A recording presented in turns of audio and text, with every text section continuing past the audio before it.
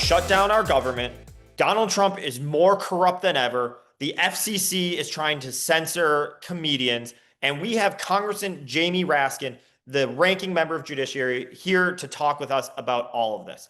One of the most requested guests we've ever had, Jamie Raskin, is about to join us and share his thoughts on how we fight back against Trump and all of these corrupt institutions like the Supreme Court that we are seeing being captured by the right. So stick around. Make sure you hit subscribe. Make sure you follow on Apple Podcasts, Spotify, YouTube, wherever you are, and check out our conversation with Congressman Jamie Raskin. Congressman Raskin, thank you for taking the time to be with us on Burn the Talking Points. I'm delighted to be with you, Joe. Thank you for inviting me.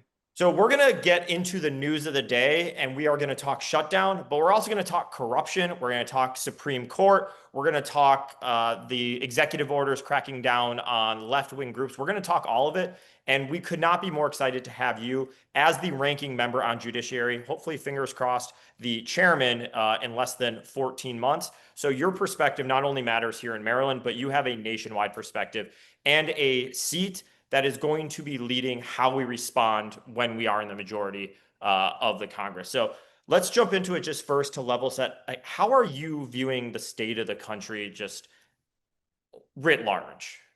We're in the fight of our lives, man. And I've been traveling all over the country to help Democrats running in 2026.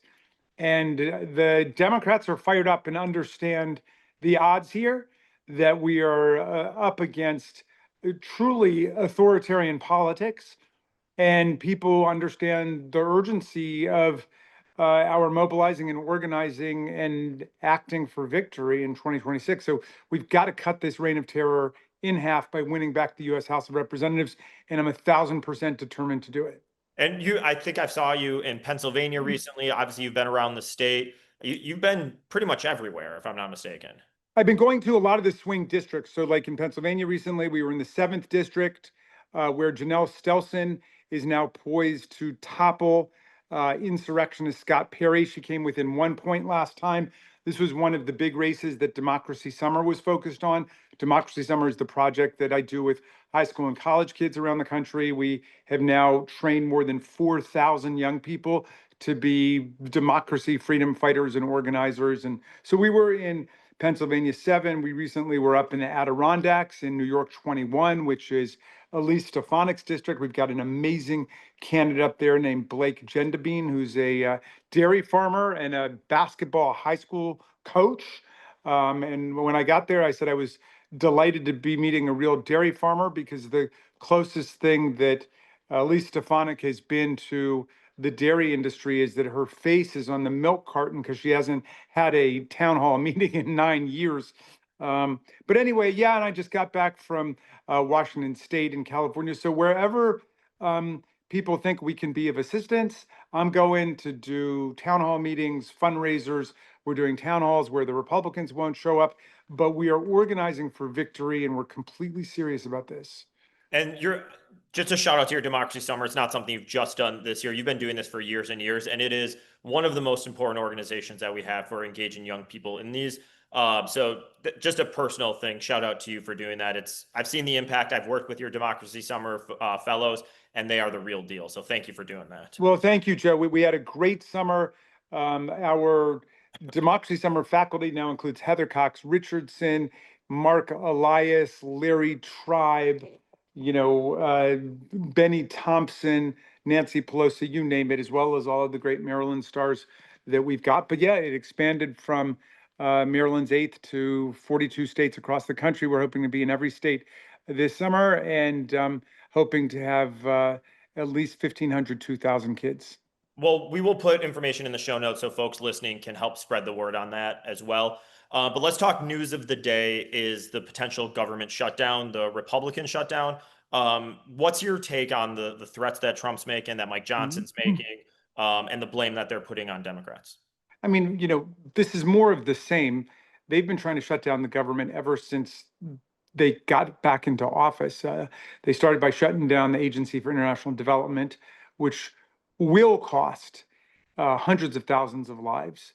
It will potentially cost millions of lives by pulling the plug on all of the relief efforts and anti-hunger efforts and anti-malaria efforts and vaccinations and inoculations that we're doing all over the world. Pulling the plug on the Department of Education, Department of State, the Consumer Financial Protection Bureau. They've tried to dismantle $4 or $5 billion in public health grants at NIH, as well as biomedical research funding, you name it. So, nobody can say we're surprised that they're just trying to shut the government down completely at this point. It's more of the same. And the comical part is that they would try to blame it on us when they control the House narrowly, the Senate narrowly, and the White House. And de facto, they've got the Supreme Court too, despite the fact that the rest of the federal judiciary seems to be hanging strong for the rule of law. I mean, they've basically got the Supreme Court in their pockets. So they can keep the government open or they can shut it down. If they can't keep it open on their own and they want to come to us, great. Let's engage in the old-fashioned art of legislative compromise. Millions of people are about to lose their health care because of their giving the axe to the Affordable Care Act tax credits and also dismantling people's Medicaid coverage. So we're not going to sign off on that. But if they're willing to talk about how we can restore health care to the people and save people's health care, then we can help bail them out. And that seems to be the pretty clear Democratic ask, help save people's ACA tax credits and the government stays open, right? That's right. I mean, Republicans can choose to pass whatever they want on their own. They control the government. But if they want Democratic votes, they have to help people. It seems to be the message. I mean, that's the very least. I mean, to my mind, it's the ACA tax credits. It's the Medicaid cuts. They cut $1 trillion in Medicaid so they could give tax cuts to the wealthiest corporations in America. And we also need some provision which guarantees that they're not going to come back later and then just rescind the things that we bargained for in the process, because that's no deal at all. But we're dealing with people who basically have no respect for the legislative process, much less the constitutional rights of the people or the separation of powers. And so just reflecting back what we're hearing as we travel across the state, which I'm sure you're hearing similar things from the bases, there was a lot of frustration last time around with the shutdown, not shutdown fight. Do you feel like this time will be different? Are we going to be able to hold the line? Like, what's your read on it? I mean, to me, it's an amazing thing because, I represent 55,000 federal workers. Thousands have already lost their jobs in this onslaught against the civil service and against the professional workforce. And yet it's the federal workers I'm hearing from first saying, you guys have got to hold the line against these people and don't give away the store. If they need us, then we have to protect the health care of the people, the benefits of the people, and the rights of the federal workers. And I appreciate that. And, all of my thoughts and all my gratitude go to the federal workers who have tried to hang tough for the American people through this whole nightmare. Yeah. And let me pivot to you as ranking member of Judiciary. A lot of these next questions are all about it'll go through Judiciary. You alluded to the Supreme Court being in the pocket of the Republican Party. I think that's a polite way to say it. And you have to be way more polite than I do. It seems like a corrupted institution. Like when fingers crossed, we get back in power, like how do we fix the Supreme Court? It's been corrupted in its composition. It's been corrupted in its ethical practices, and the jurisprudence of the Supreme Court has been utterly corrupted by a series of one-off decisions, which are all about giving Donald Trump whatever he wants. But let me just give you a couple quick examples. Number one, on how it's composed. Let's just take one example. Take my constituent, Merrick Garland, who, as you know, became the Attorney General, but he was the Chief Judge of the DC Circuit Court of Appeals. And he was nominated by Barack Obama in February of 2016 to become a U.S. Supreme Court justice. And if he wasn't the most qualified person ever nominated, he was one of the most qualified people ever nominated in terms of his very distinguished career on the bench and everything else he had done as a public prosecutor and so on. Well, Mitch McConnell said he wasn't even going to give him a hearing, much less a vote in the Judiciary Committee, much less a vote on the floor. Nope. 11 months, he said, was too close to the next election. He wanted to let the people decide. Of course, the people had decided by giving Barack Obama one of those genuine 4-year presidential terms that the other presidents get. But no, so he blockaded the replacement for Justice Scalia. And then that seat became, I believe it was Gorsuch's seat. But then in October of 2020, in the last couple months of the Trump administration, when Ruth Bader Ginsburg died, rest her soul, the press said to Mitch McConnell, well, you're not going to have hearings 2 months before the election. You didn't do it 11 months before the election, are you? And he started laughing. He said, oh, that was just for the Democrats. Big joke. Of course we're going to do it. And that's how we ended up with, Mrs. Waterford, Amy Coney Barrett, on the Supreme Court. I could take you seat by seat and explain. We don't have time for it. But let me tell you, there is a reason why Democrats have won the popular vote in the vast majority of our presidential elections over the last several decades, but they control the Supreme Court like it's been gerrymandered and cracked and stacked all the way, like the congressional districts, and they've got it 6-3. That's a real problem. There's an ethics crisis on the Supreme Court. We know that Justice Alito was flying in, the upside down American flag and the I think they call it the Liberty flag, which has been like, a MAGA symbol.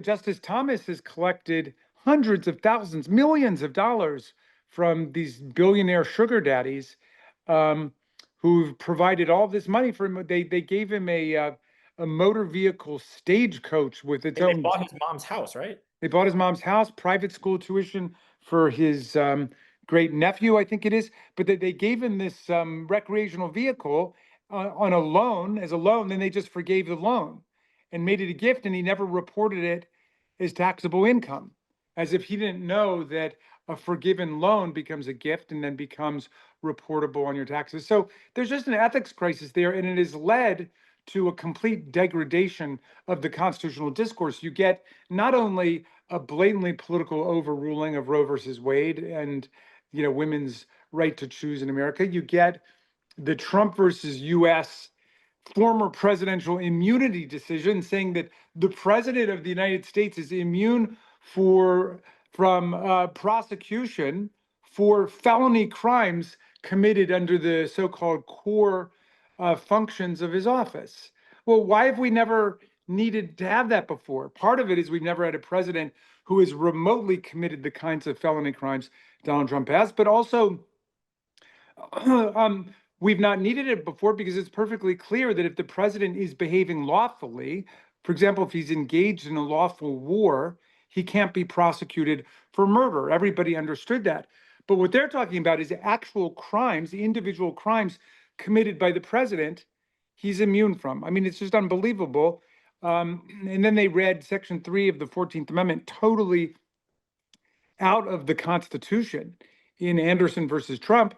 It's the provision which says that anybody who swears an oath to support the Constitution, who violates that oath by engaging in, quote, insurrection or rebellion, shall never be allowed to hold office again. And when Colorado invoked that provision in its control over its state ballot, it was reversed by the Supreme Court without the Supreme Court ever saying what the process actually would be, without entering into an inquiry as to whether or not the president had engaged in insurrection by inciting the violence of January 6, 2021. So, we've got a Supreme Court that's just totally off the chain. What are we going to do about it? Well, one thing is, the number of justices is not set in the Constitution.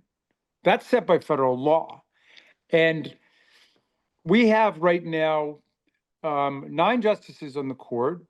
5 of them happen to come from New York City, if you can believe that. That's like 1 justice for each borough. But the vast majority of federal circuits, we have 13 of them, are not represented at all on the Supreme Court. So I say, how about we move from 9 justices to 13 justices, and we guarantee that every federal circuit, so every region in the land, will be represented with 1 justice, and we use that as a way to impose staggered 18-year terms so we can begin to move things through. It just doesn't make sense. When the country started, average life expectancy was like late 50s or early 60s. Today, people can live to their 90s or 100s. I mean, that doesn't make sense that somebody could be on the court for 50 or 60 years just because of the miracles of modern medicine and the gentleness of the Supreme Court calendar. I had a gentle joke that many of them are your colleagues, but I'll refrain from saying that. So let me talk about some other things that are going to be in your purview, which are in your purview now, but as fingers crossed chair.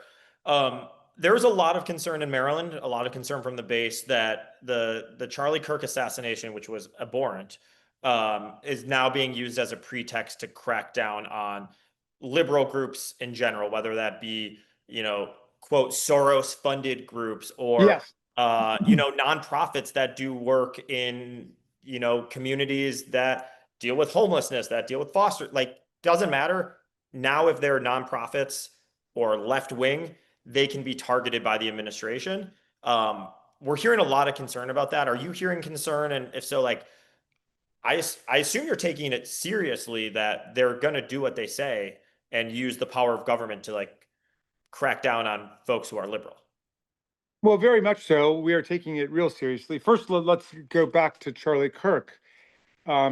We unequivocally condemn and abhor political violence across the board, whether it's against Charlie Kirk, it's against the Minnesota House Speaker, Melissa Hortman, and her husband, and State Senator John Hoffman in Minnesota, who was shot along with his wife, whether it's against Donald Trump himself or it's against Paul Pelosi, Gabby Giffords, you name it. So we're totally against political violence. We're also against gun violence, because it's not just politicians running for office who should be safe. It's kids who go to elementary school or high school, or anybody who goes to a grocery store or goes to church.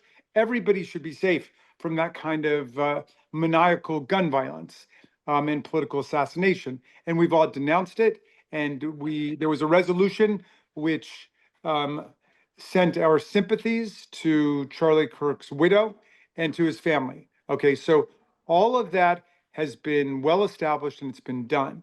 Okay, but does this mean that there should be an ideological or political crackdown on liberals or progressives or the left or Democratic Party? That's outrageous. That's guilt by association. That's collective guilt. It's trying to impute the guilt of one guy whose politics seem indeterminate. I mean, we know he grew up in a Republican household. Who knows where his politics were? It seems like a lot of the shooters these days are sort of raised on just internet anger.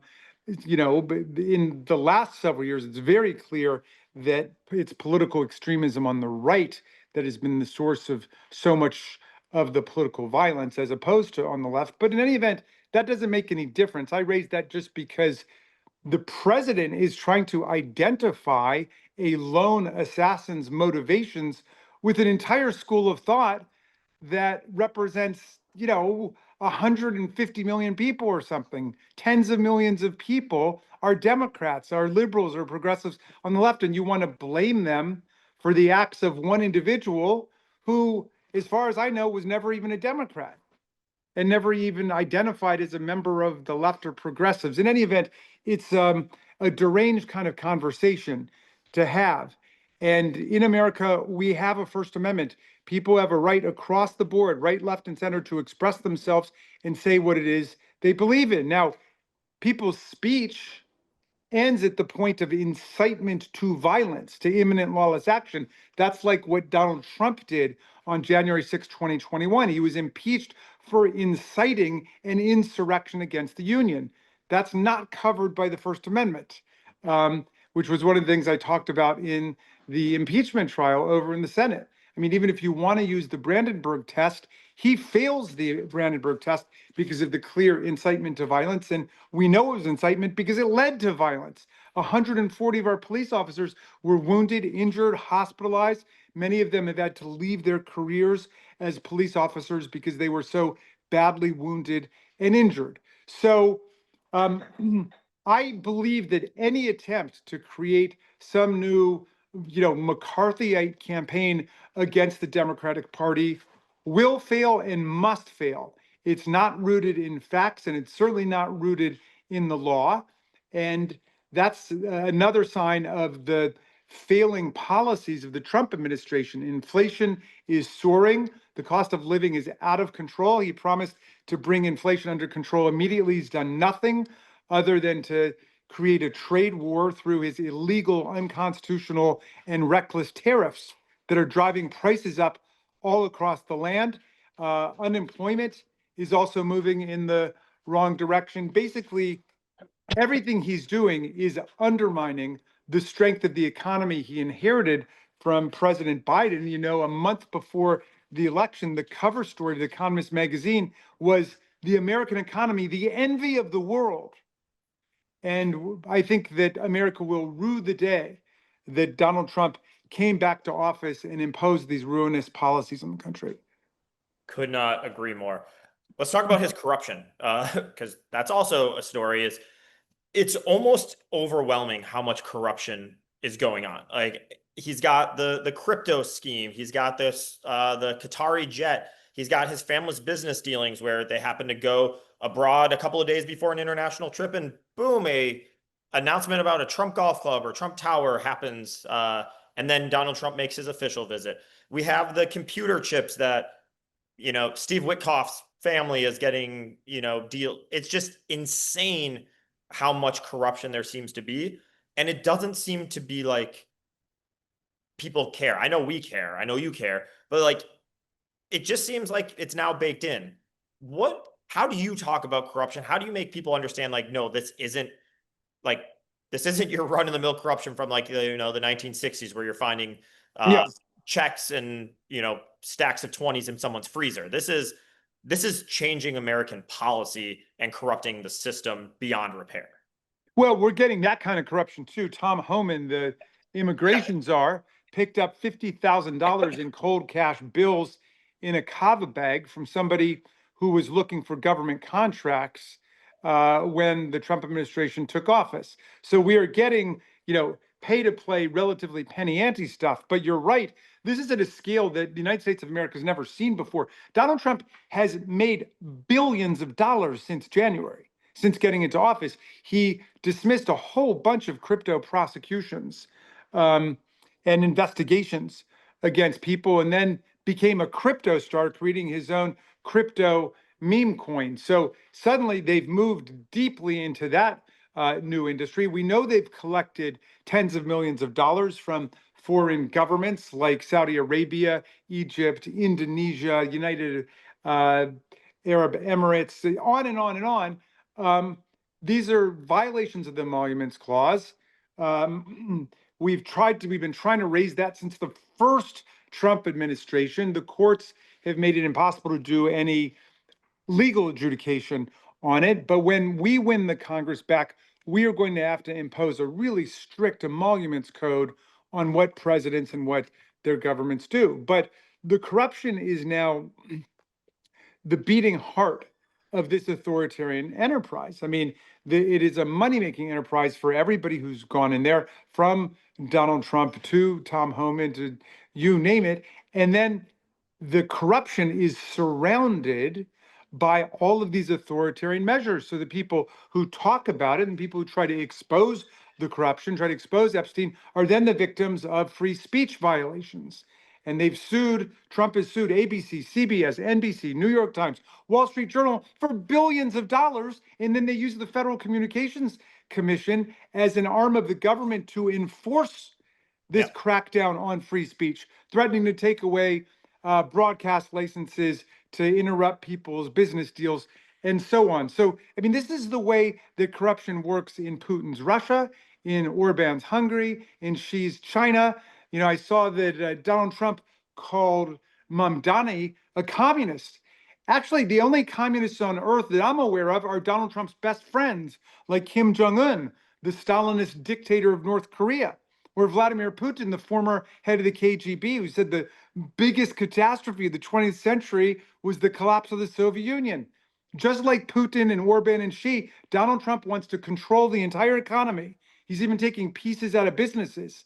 getting government to buy pieces in businesses, and then he wants to anoint who's the winner and who's the loser according to whether or not he feels they're his political friend or not. So that kind of communist autocracy and commissars running the economy are precisely what Donald Trump wants.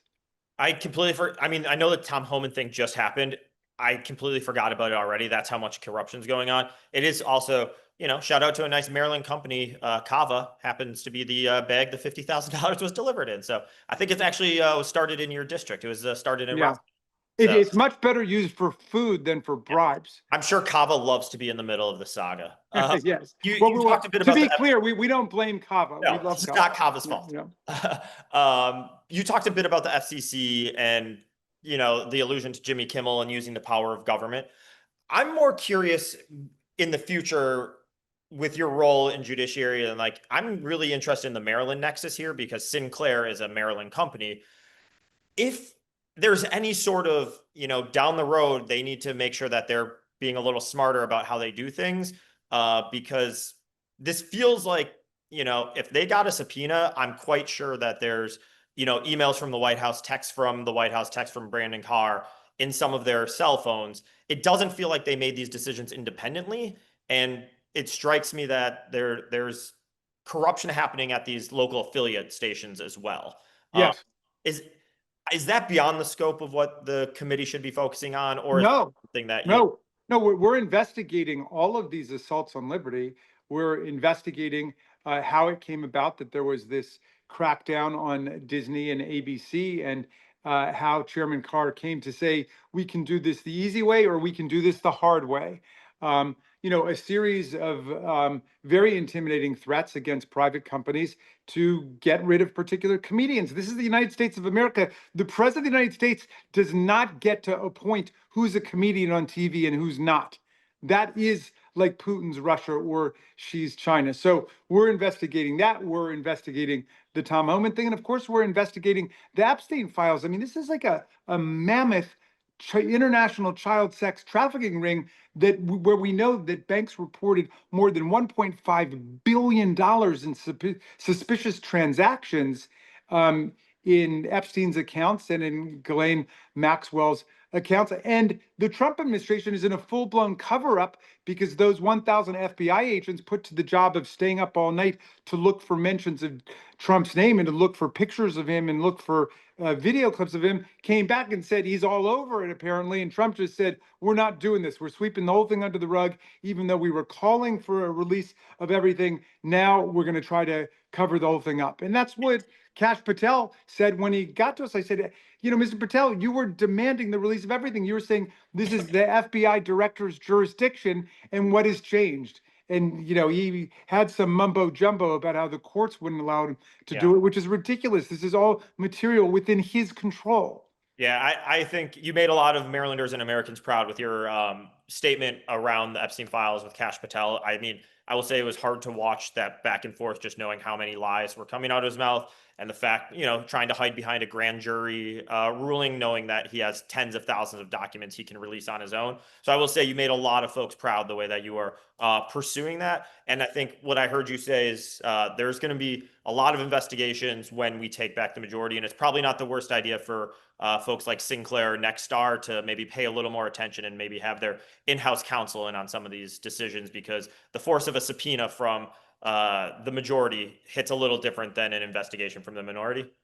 I mean, Chairman Jordan was upset um, when U.S. government agencies would just notify the social media companies when there was disinformation online, like the elections Tuesday, November 7th, and then some Putin Internet Research Agency agent put something up about don't forget to vote on Wednesday, November 8th. Like just factual disinformation and lies. He didn't want the government even to be notifying the social media entities of fraud, disinformation taking place online. He thought that violated the First Amendment. Now we've got the FCC actually threatening broadcast entities if they don't follow, Donald Trump's orders about who gets to be the comedian on their station. And my Republican colleagues don't see any First Amendment problem with that. Yeah, they seem to steal a line from folks on crooked media, the idea of intellectual Zambonis. Trump says something and then these people follow behind to say, oh, what we really meant, and here's how it's based in law. Sort of this idea of when, Trump won the Muslim ban, Trump Yeah. said, we're going to ban Muslims. And then the intellectual Zambonis come behind and say, it's actually a ban on, these 7 specific countries because of potential like terrorist threats. And we know it's the Muslim ban. The Supreme Court bends over backwards and covers their eye to pretend like they haven't seen Muslim ban.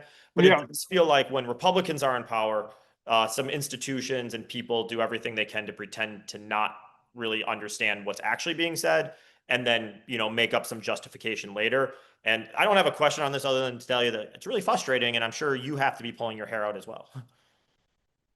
Yeah, and I don't have much left, but we look, we go in every day and we are fighting for the truth. I just finished reading Alexei Navalny's book, a beautiful book called Patriot, and in it he says um, that we've got to do what is most offensive to them, which is to go and tell the truth and Yeah. tell the whole truth, because um, they thrive on lies, and authoritarianism is built on just a thicket of lies, and we have to go and tell the truth wherever we are, and that's something that every single one of us can do. We all have to be telling the truth about what's going on, and like you say, it's a tax on your memory, because the part of flooding the zone is that there is such an amazingly uninterrupted assault on your senses with all of these attacks going. It's hard to keep everything in your head, but at least within your field, whatever that might be, it might be public health, or it might be constitutional law, or it might be, foreign aid, whatever it is, make sure that you've got the story down, the facts, and you can share them with people.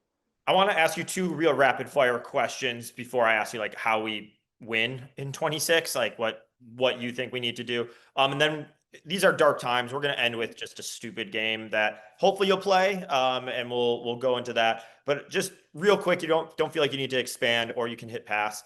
Um, the thing that frustrates me is every, Democratic politician says, oh, when the doors are closed, my Republicans actually know Donald Trump's an idiot or is a liar, or they don't believe it. Is that really the case? Or have we gotten to the point where people in the Congress are actually true believers? No, that used to be the case when Trump got in the first time. There were people who were expressing horror, and a lot of them got out after 2 years. I think about even some very conservative people like Trey Gowdy, but they got out.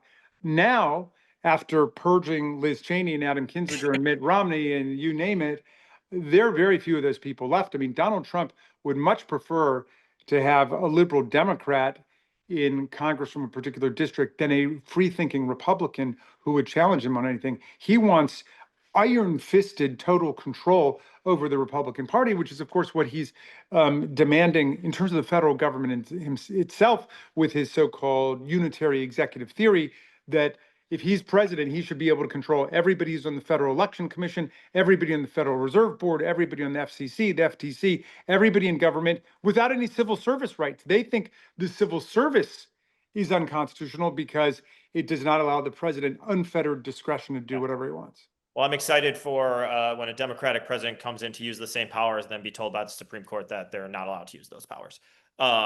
So next one, real rapid fire.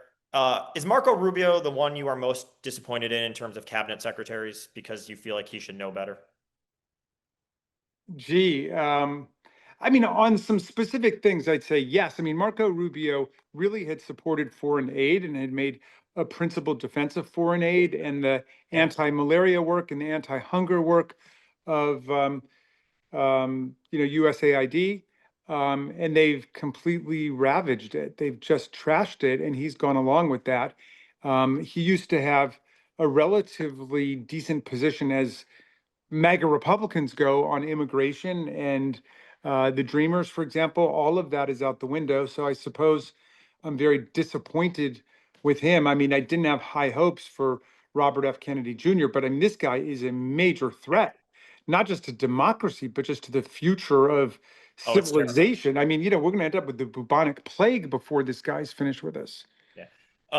Yeah, no, he's been my expectations were on the low, but what's the old sign? Like our expectations were low for you, but holy shit, like that feels kind of like Kennedy. Yeah, Uh, so last question before we play a quick game. We want to win in 2026.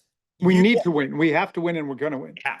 You are in a room with every single Democratic candidate running, every single staffer, every single consultant. The room's locked. No one can get out until they listen to you, and they have to do what you say. What are you telling them? Well, I spent a lot of time out on the road, and the truth is that we don't have one size fits all solutions for how to win particular districts. I mean, I need to hear from them what it is their strategy is, and then they can bounce the strategy off of us. We can give them our best wisdom based on what we know from other parts of the country, and then they need to tell us what we need, or what we need to do for them. Um, so some of them need money, and some of them need volunteers. I think all of them need Democracy Summer. I mean, we can get them dozens or hundreds of young people from every high school in their district working in their campaign.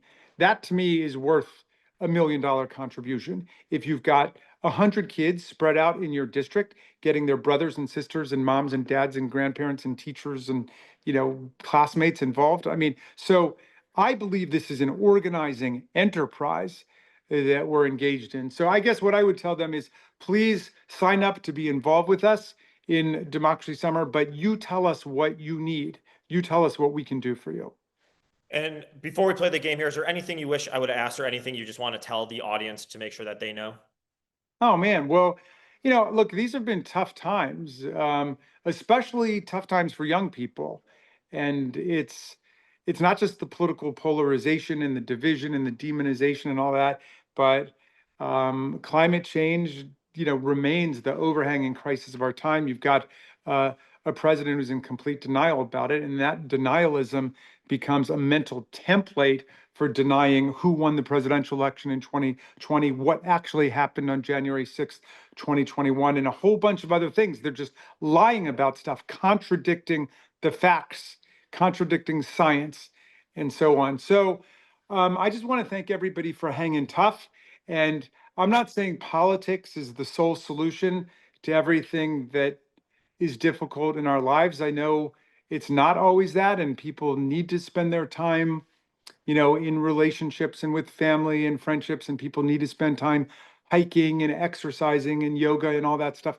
But I would say that for the vast majority of people, being part of politics is going to be part of the solution to get us through this. It's not just an individual crisis each person is seeing, it's collective in nature, and politics is a team sport, and we got to be working together to reclaim our democracy, to defend our freedom.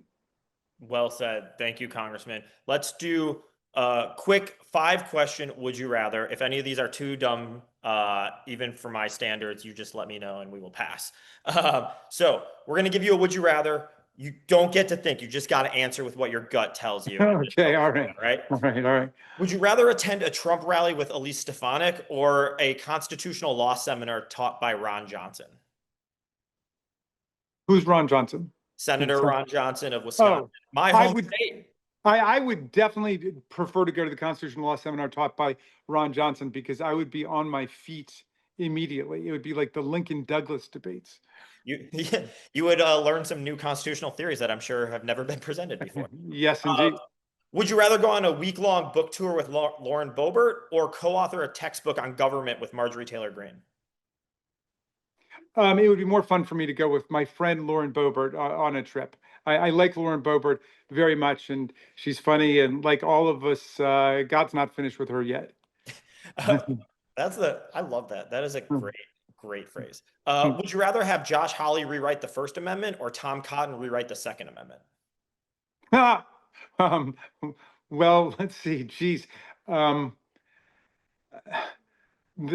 suppose the Second Amendment, because the Supreme Court has already rewritten the Second Amendment in some ways. And of course, I mean, it's not as bad as the MAGA right thinks it is, because Justice Scalia did say there can be reasonable regulation in the interest of gun safety, including things like a ban on assault weapons and universal violent criminal background check. But the Supreme Court has really done a number with it. And, you know, I think that the actual language of the Second Amendment is not so bad. I mean, sometimes they'll get up on the floor and the Republicans say, Jamie Raskin wants us to repeal the Second Amendment. I said, no, I don't. I don't want you to repeal the Second Amendment. I want you to read the Second Amendment.